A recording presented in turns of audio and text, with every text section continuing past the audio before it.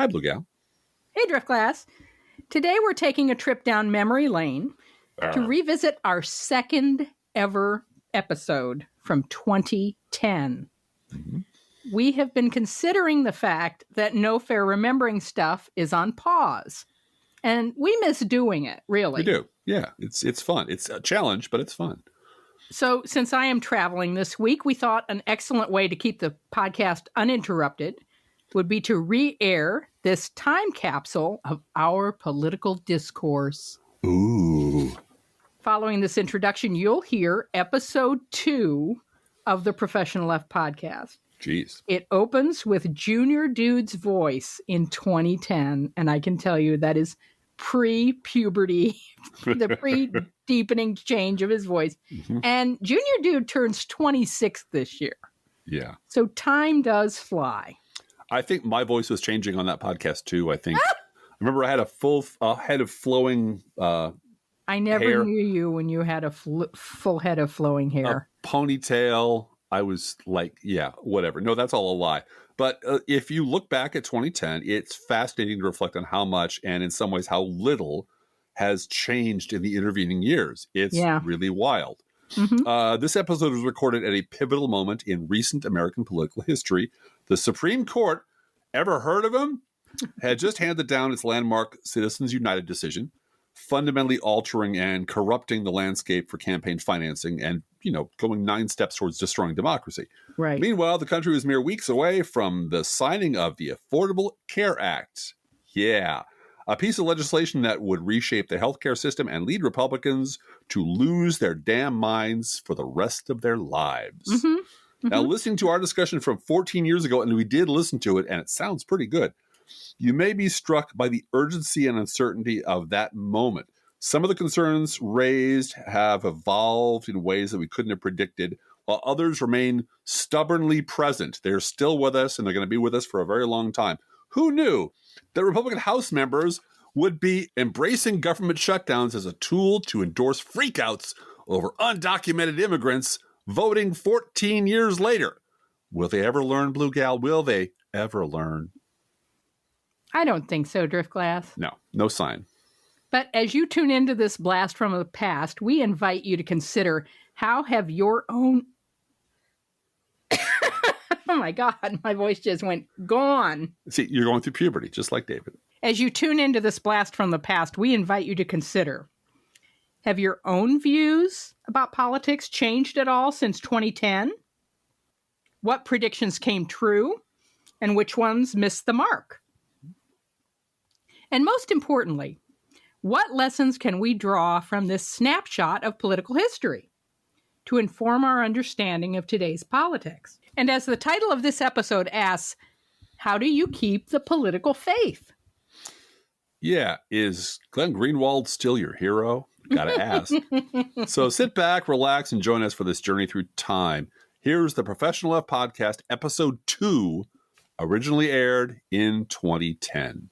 It's the Driftglass and Blue Gal Podcast.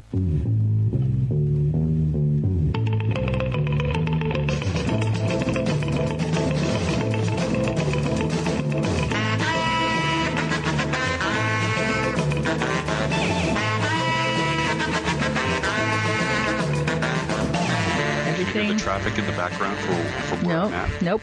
Oh, good. Nope, I told all the drug dealers to be quiet. I'm busy doing radio with Blue Gal. So shut up. And they respect that. Oh, hey, he's podcasting. I'm working on an IBM 286. Oh, cool. One of those desktop with the floppies. You got the floppies? Yeah. It's a dual floppy. It's the dual floppy. Yeah. God. 5 1/4-inch diskettes. They're making a comeback. They are. Yeah. Mm-hmm. Well, you'll need them for the iPad. Yeah, that's the one thing they don't tell you. They don't tell you. They come with these beautiful 5 1/4-inch discs. So you slide right in. Well, all right, Blue Gal. All right. Well, we should welcome all our new listeners from iTunes. Right. We welcome iTunes listeners. Welcome iTunes listeners. We're on iTunes now. Tell your friends, tell your family, tell your conservative friends especially. Oh, yeah. Have them come over and listen to what, calm, rational people sound like on the radio. Mm-hmm. Wow. We do what we can. We're here to serve. We're here to serve. We are. We're here for the people. I'm Fran, Blue Gal, and I live in Springfield, Illinois. And I'm Driftglass, and I live in Chicago, and I get around. Yeah. So welcome iPod, iPad, iGevault listeners. We're coming to you via Skype and Audacity and all kinds of other free software. We're using Buzzsprout. So if you don't want to listen to us on iTunes and you want to download, go to Buzzsprout and search for Driftglass Blue Gal. And we're both reachable by email. We are. And we're on our blogs. And you can just Google Driftglass or Blue Gal, and it comes up right there at the top. So we've been around long enough. Just as a matter of sort of perspective and history, Blue Gal, before we get into the meat of our broadcast, how long about have you been blogging? I've been blogging since November of 2004, Election Day, the day George Bush was reelected. Yeah, that'll do it. and a remarkably large number of people, myself included, really began blogging, discovered this medium just about that same time. Right. And I think your blogiversary is in March, isn't it? It is. You'll be 5 years in March? 6 years in March. 6 years in March. Wow. Coming up in 6 years in March. Do you realize we have letters from listeners for our third podcast? Isn't that awesome? And I want to say personally, thank you, Mom, for sending them. Because she's a hell of a woman. Drifty's mom. She comments at your blog and is familiar with internet tradition. She does. A shout out to Drifty's mom. Mm-hmm. The first email came from a longtime reader of my blog named Organic George. And by the way, just a tip for listeners and correspondents, if you put as the subject line of your email how they hang in Sweetie, you'll definitely get my attention. Oddly, you will not get mine. But. How they hang in Sweetie is the subject line of this email. And Organic George writes, my wife and I are sitting in front of the fireplace, dogs at our feet, hot cups of coffee, and warm computers in our laps. Isn't that a lovely image, by the way? It is. Wondering how in the hell did we survive the last few years? Cynicism has always been my strong point. I think it keeps me grounded and less likely to be swept up by an event or person. But lately I'm beginning to feel numb with all the news in general and human pain specifically. I know suffering has always been with us and has been much worse than anything we see today. I did not send money to help Haiti because the charities I sent money to after Katrina spent more money soliciting me for more money than the money I sent them to help poor people. This is some effed up logic, if I do say so myself. Mm-hmm. I'm running out of gas to right the world's wrongs, and it's been all I can do to hold myself and my wife together, much less shoulder another's burden. Here's my question. Is it okay for me to just sit out of the coming battles? Can I hand off my self-imposed need to make the world a better place to some young kid and just focus on making my wife and my little world a happy, safe place? The second email is on exactly the same subject, but the subject line, this is from a fellow blogger, a science blogger, who wrote, are you as depressed as I am? Hey, Fran. Quantify depression. Yes. Hey, Fran. Sorry to sound so negative, but I have to wonder if anyone is feeling as depressed by, well, everything. Everything that's been happening politically over the past couple of months. Obama's recent embrace of Hoover-era policy is just the latest jab. But I'm also thinking of the Citizens United decision, the Democrats' seeming fast retreat on even pro-insurance company health care reform after Massachusetts, and the whole long litany of bitter disappointments and betrayals over the past year. Mm-hmm. When I supported Obama, I knew I wasn't getting the reincarnation of FDR or even Lyndon Johnson. But damn it, I never thought we'd be getting someone only marginally to the left of McCain. Hell, he's even talking about privatizing NASA for crying out loud. I'm going to edit the F words out of these emails. Again, a stark difference between you and I. Yes. Is it as bad as I'm feeling like it is? Have we really gotten an administration that combines the worst fears of both teabaggers and liberal progressives? Mm-hmm. I'm not feeling much hope for that change we were promised anymore. I fear we, the country, have and are lost. Mm-hmm. Wow. Well, the first thing I would propose is that we start measuring depression in units. I would suggest we use Van Goghs. How many Van Goghs, how many VGs are you depressed today? Are you lopping ear off depressed? Is this lopping ear off depressed? Well, actually, and my response in emailing the first writer, emailing back to Organic George was, if you are asking the question, then the answer is no. If you're conscious enough to ask, can I check out, then no, you're not allowed to check out. Yeah. And the second writer I wrote to, I said, look, don't confuse personal depression with political depression. Yeah. Exactly. If you are personally depressed, seek treatment. And I've done that, and you can get treatment for that. Mm-hmm. I don't know I have no idea about this person's personal life and whether they're personally depressed or not, and that's not the point. But mm-hmm. if that's part of it, seek help. If you're politically depressed, first of all, join the club and recognize we're in a recession. That's a really bad recession. A really, really, really bad recession. And recessions do end eventually. That's well, this one is special because this one is this is the surfacing of the structural problems with the economy. Really sort of cracking the side of the hull. Mm-hmm. This is what, I forget this sometimes myself, but for the last 8 years, we've been saying it's going to take a generation to clean up the mess that the Republicans and the centrist Democrats and the media have left behind. Mm-hmm. And you know what? It's going to take a generation to clean up the mess these people left behind. And we're into the first couple of months, really, of that generation that's going to have to clean up the mess these people left behind. Mm-hmm. And it is incredibly frustrating to be able to visualize what the world should look like and what the world could look like, and then look around and say, but we don't seem to even be out of the starting gate yet, and the guy we elected doesn't seem to be running in the right direction. Mm-hmm. Mm-hmm. But I would strongly argue that the place between hope and despair that I try to find myself is not cynicism, but skepticism. Mm-hmm. A critical distance between the two. I've said this before. I don't believe political processes produce heroes. Yeah. They produce public servants of varying degrees of competence. And having been exposed to public servants for a chunk of my life, they are amenable to pressure. Yes, they are. And so the short answer is no, you are not excused from the fight. No, you will not be tagging out. No, we will find you and drag you back into it. If you need to take a rest, if you need to take a break, if you need to go fight different fights because, you can only handle 2 or 3 at once, right. Believe me, I understand that. Right. If you have a major health crisis in your family, you are not going to be out there going door to door for a polling place thing. That's not going to happen. Right. But the whole idea of, it's gotten so bad that I can't tolerate it anymore. Mm-hmm. You know what?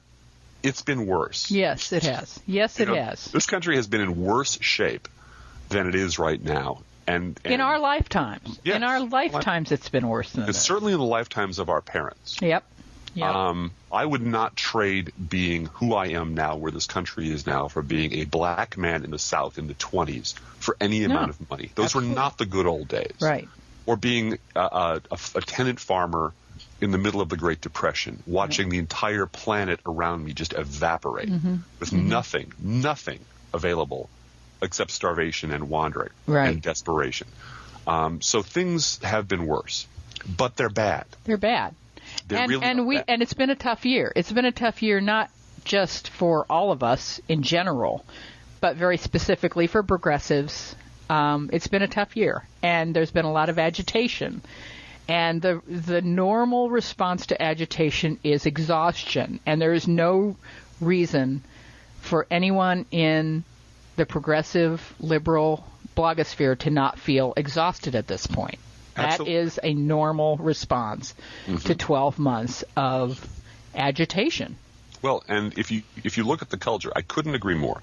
And if you look at our culture, we have spent the last 100 years sprinting across a continent. Mm-hmm. We have spent, certainly the last generation, ratcheting up the amount of labor, work, focus, attention, demands on our time every year. Every year we work harder. Every year we work longer. Every year it gets less, and we're tired. Yep. We'd like to, thank you very much, we'd like to take a seat and just rest for maybe 5 years. The problem is we set the standard. Yes. The rest of the world looked at the United States' frantic forward motion and said, oh, we all have to be like that to catch up. So now we've set the bar at constant growth, constant productivity, constant exploitation, and there's no time left to rest. And no planet left. No planet left. No air left. I mean, this is getting to the point where we have to rein in. This whole cap and trade thing is not really about us so much as not allowing the Chinese to pollute as much as we did in the past 50 years. Exactly. We can't allow, the planet can't take it. I want to get back to this question of cynicism, though, because I think part of this whole issue is, what are we as the netroots? And I was thinking a lot about this because Chris Matthews, who we all love and hate, was on the air with Alan Grayson. And Alan Grayson was saying, we can do a lot with this healthcare bill with reconciliation. And Chris Matthews put on his know-it-all hat and said, oh, you can't do anything with reconciliation. You're just saying all this to please the netroots. And and we are pleased. And I thought, by the way, Congressman Grayson, we are pleased. We are so pleased. Way to go. But I thought to myself, my God, who is he talking about? Is he talking about? He clearly thinks he's talking about me, and he's talking about the Daily Kos community, and he's talking about Arianna Huffington. But I think those of us who blog need to start focusing on having some kind of affirmation of who we are. It was fine to say, dirty effing hippies when we're at a cocktail party talking about Bush, but now we've elected a president. And the netroots is citizens who vote, who follow politics. I mean, I keep wanting to smack Chris Matthews and say, who do you think your viewers are? Who do you think's watching your dumb show? I think we have to have some kind of affirmation of, okay, I am part of the netroots, or I'm a blogger, or I'm this or that. What that means to me is I am an informed, educated, active, citizen, participatory citizen of this country. That's right.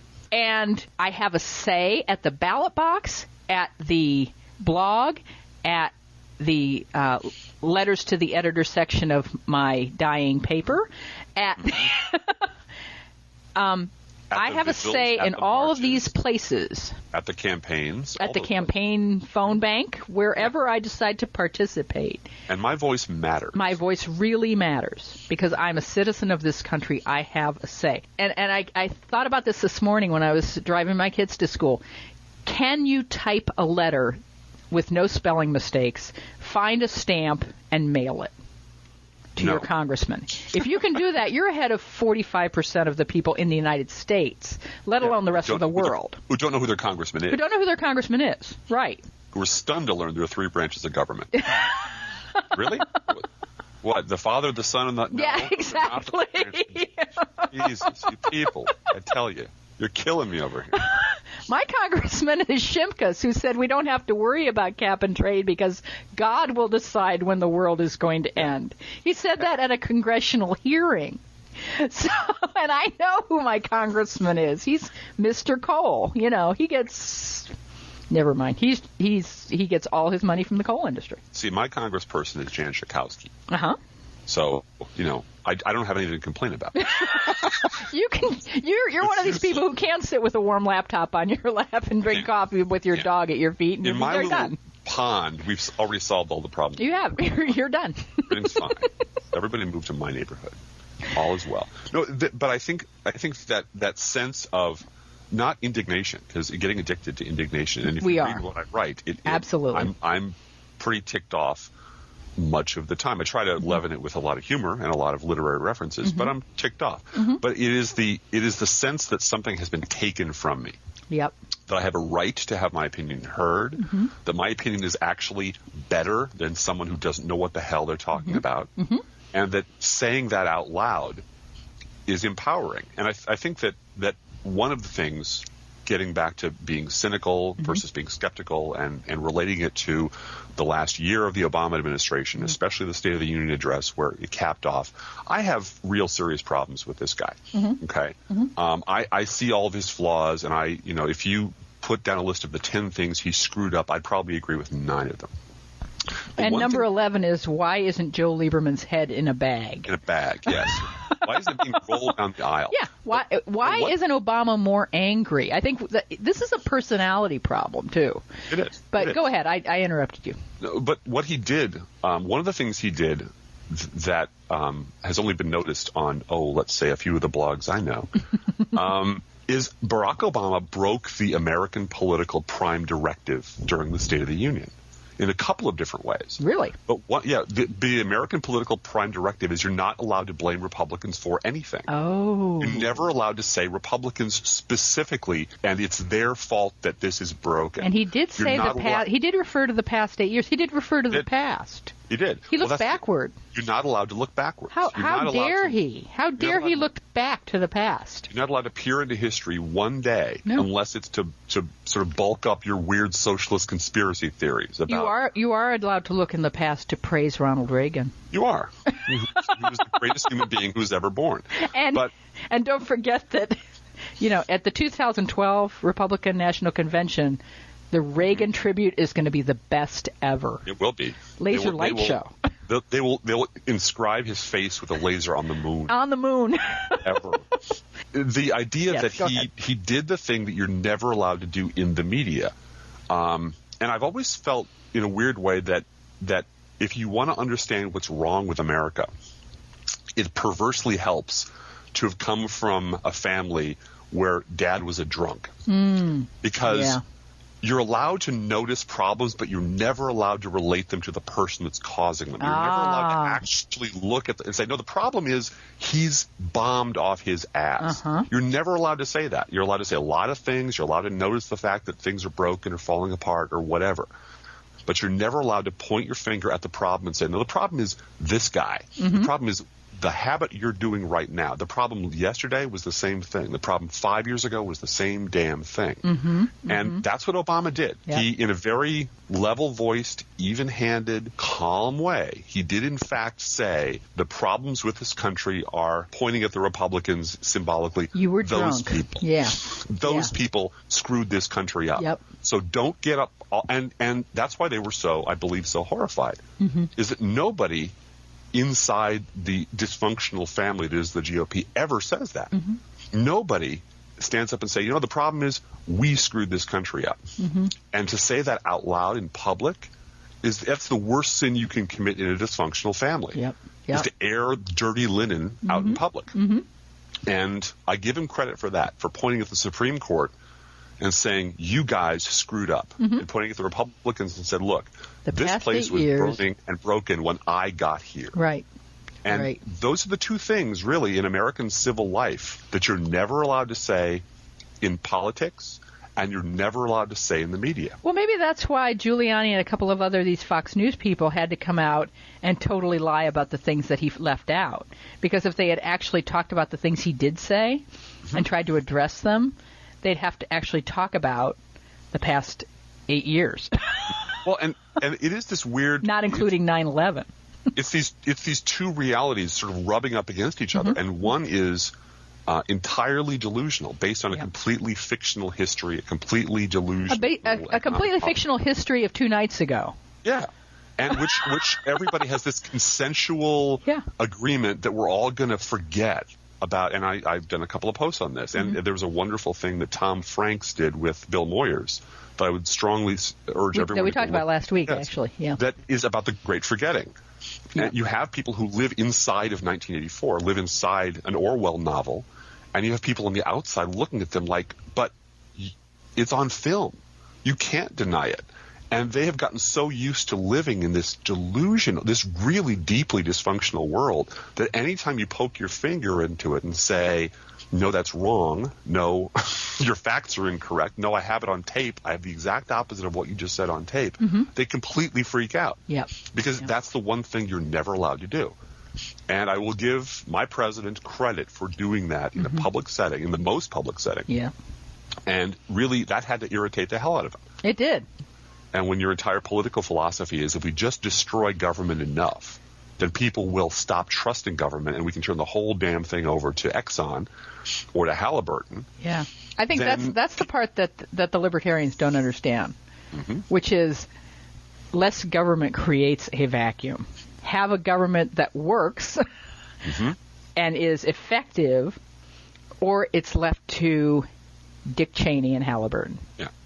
Well, and so since the subject of our conversation today, I don't think we're ever going to convince conservatives to, as I said before, climb down out of the stupid tree. Yeah. You know, grow opposable thumbs and get the hell out of the crazy tree. Yeah. That's never going to happen. A large portion of them, yes. Yeah, they went all in. They completely bet their emotional, psychological, and spiritual lives on George Bush, the man of God, who was going to save us from the Islamofascists. And they can't back away from that. Because if they start backing away from that, their whole identity unravels. Everything they believe turns out to be a lie. Everyone who they trust turns out to be a con man. And that's too terrifying for them to contemplate. So they're gone. They're morally, socially, politically dead. What we can do is concentrate on people like Organic George, who's tired of fighting these people. Yeah, who's tired of the leaders not standing up and taking the fight to them as we believe they should. And I think that's a legitimate area of criticism for this president. So the question is, how do we effectively do that? And the only thing I can offer by way of suggestion is to remember that we don't elect heroes. We elect public servants. These are our employees. Well, and worse than that, we elect politicians. Yeah. And they are, they bend with the wind and they go where the money goes. Yeah. And all of those things are true. But it is our responsibility in a democracy, which this still nominally is. We own the government. And absent us, things will get much, much worse. So our job is to stand in there and keep pitching long after we're tired. And if we're tired, like I said, we take a break. We sit down. Right. But our job and remember, we're human. I think that's a perfectly good thing to remember. Mm-hmm. And to reach out to other people, because when I'm too tired to do my bit, hopefully some effort I've been involved with will have activated someone else. Yes. It helps to note that great men pass. J.D. Salinger and Howard Zinn both died this week. Yep. And all the great leaders of the progressive movement of 100 years ago are all dead. But there's still a progressive movement.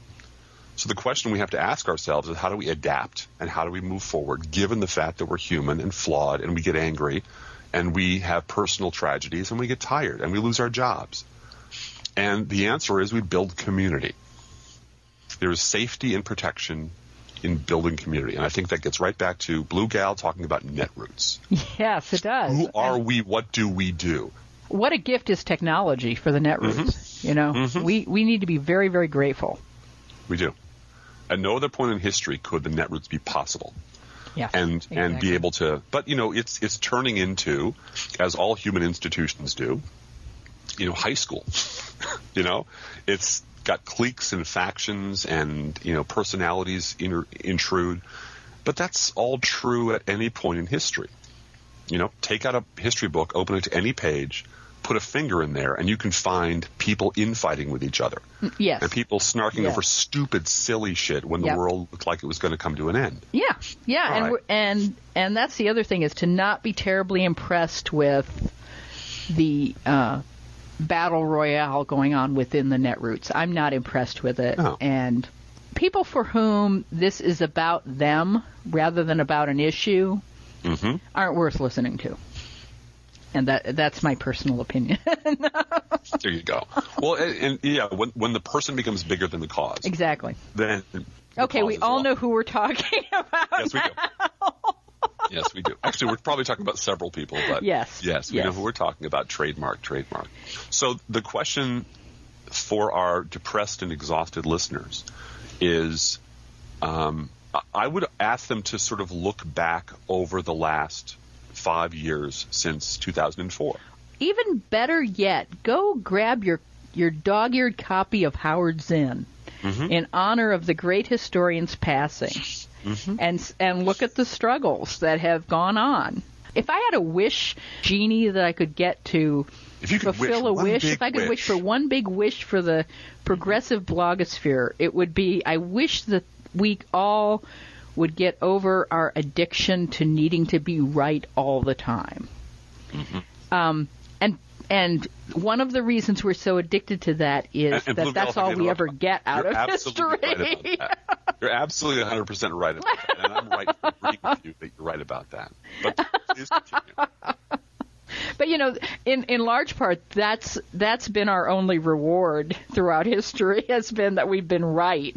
We've never really gotten a great leap forward. Yeah, standing on a dead planet, saying "I told you so." I told you so. Is really cold comfort. Well, and everything has happened incrementally toward the greater goal of liberty and justice for all. That's it's baby steps, and we are for the most part on the right side of equality and justice, and wanting what's best for poor people and all of that, but it's baby steps, and it will always be that way. You'll be bitter and angry and disappointed if it's about, well, I'm right and the rest of the world just doesn't get it.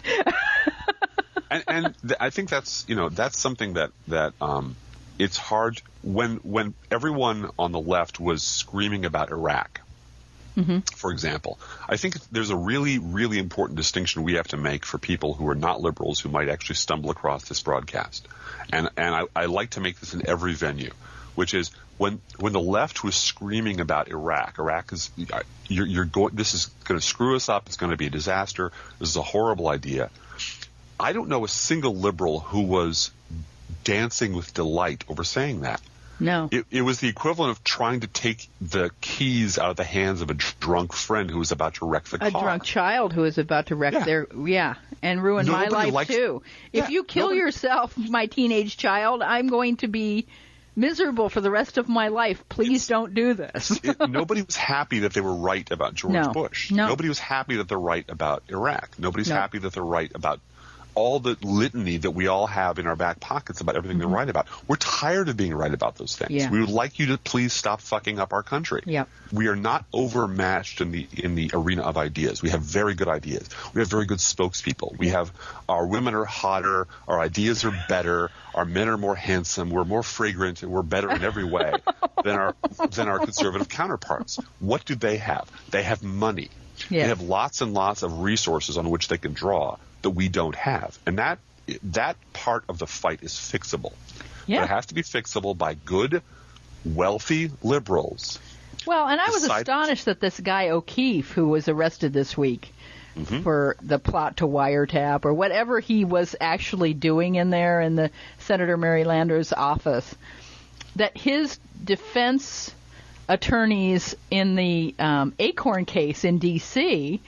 are being paid for by some Focus on the Family law firm. Yes, shocking. I mean, it goes that the tentacles go out that wide that you can you can give James Dobson a call and say, we need attorneys for this guy. And yes, we're on the same team, so you got him. Well, there was that wonderful quote from the wonderful scene from All the President's Men. Oh, yeah. Follow the money? Pardon me? No, well, follow the money, but Deep Throat is explaining to Bob Woodward that, you really think this is all about little Don Segretti? Yeah, right. This little Are you out of your mind? The rat fucker, as the Republicans called it, who went to college, who learned how to screw people over in college elections and made a seamless transition into the Nixon White House. And at the end of the day, he's standing on the balcony going, look, I don't know what I did that was wrong. And you have an entire infrastructure on the right that supports bad behavior. Yep. And encourages bad behavior and bails you out when you get caught doing bad things. And even if you're sitting on the Supreme Court. Yeah. Well, and mark my words. This is a flat-footed prediction I will make that you will edit out if I'm wrong. Right, Blue Gal? Okay. Yeah. It is a photograph of Mr. O'Keefe will appear behind bars, and the right will immediately start comparing him to Martin Luther King. Oh, gosh. Notes from a wingnut jail. Oh, my gosh. Will it be his tortured autobiography? And there will be some fighting on the right whether to call it My Struggle or not. But then someone will remember what the German translation of that is, and someone will think that's a bad idea. That's a bad idea. But he'll be in jail he'll be a prisoner of conscience. Yes. And he'll become a Republican martyr to the cause. Mm-hmm. And that's how. And what's depressing is seeing it coming. He's going to land on his feet. He'll land on his feet, but he will be reformatted and repurposed. Mm-hmm. They'll give him a new haircut. They'll give him a serious look. They'll put him in a suit.